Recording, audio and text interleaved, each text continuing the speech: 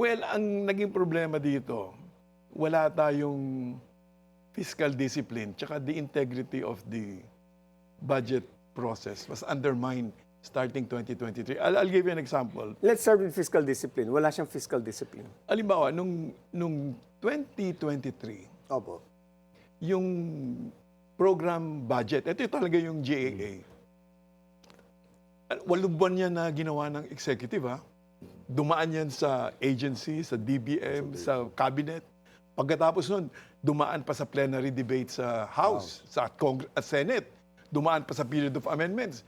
Approve on third reading. Pagdating sa BICAM, binawasan noong 2023, binawasan ng 395 billion. Ng Congress? Ng Both houses? Oo. Ng BICAM? Through the BICAM? A small Yung group. small committee. Ito yung small committee. Cut the GAA by 397 billion and diverted it. Where? Yun ang diversion Diverted na to sinasabi where? ni Egay. Kong Egay. When you say cut, it's no longer in the budget? I'll just finish it. Oh. Noong 2024, dahil hindi masyadong nag-ingay nung 2023. Ako, di ko rin nalaman Oo nga eh. Kaya nga. Wala maski na media, tinitingnan ko, hindi nila ano eh. So, parang tahimik lahat eh. Tahimik. Hindi sumingaw. Hindi sumingaw. Oo. Kaya noong 2024, naging 560 billion. Yung... They diversion Yung to. diversion. Oo.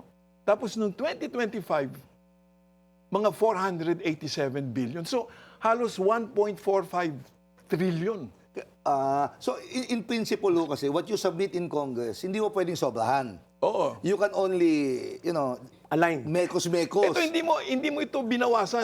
Nilipat mo lang sa iba. So, that's the diversion. So, when it was diverted, were you able to trace where it was for the 3 years? Were most of them diverted to flood control? Because that's the most prominent now. Well, dahil hindi natin nakuha yung kumpletong report, although that's a public document, we can only get yung snapshots of it eh. Halimbawa, for example, yung flood control project, no? Lumaki yun eh. Sa ngayon, on the average, it makes up about 22% of the more than 1 trillion budget of DPWH. Yung 200 plus billion na yun, mas malaki pa pag pinagsama-sama mo yung agency budgets ng DA, DNR, tsaka DAR.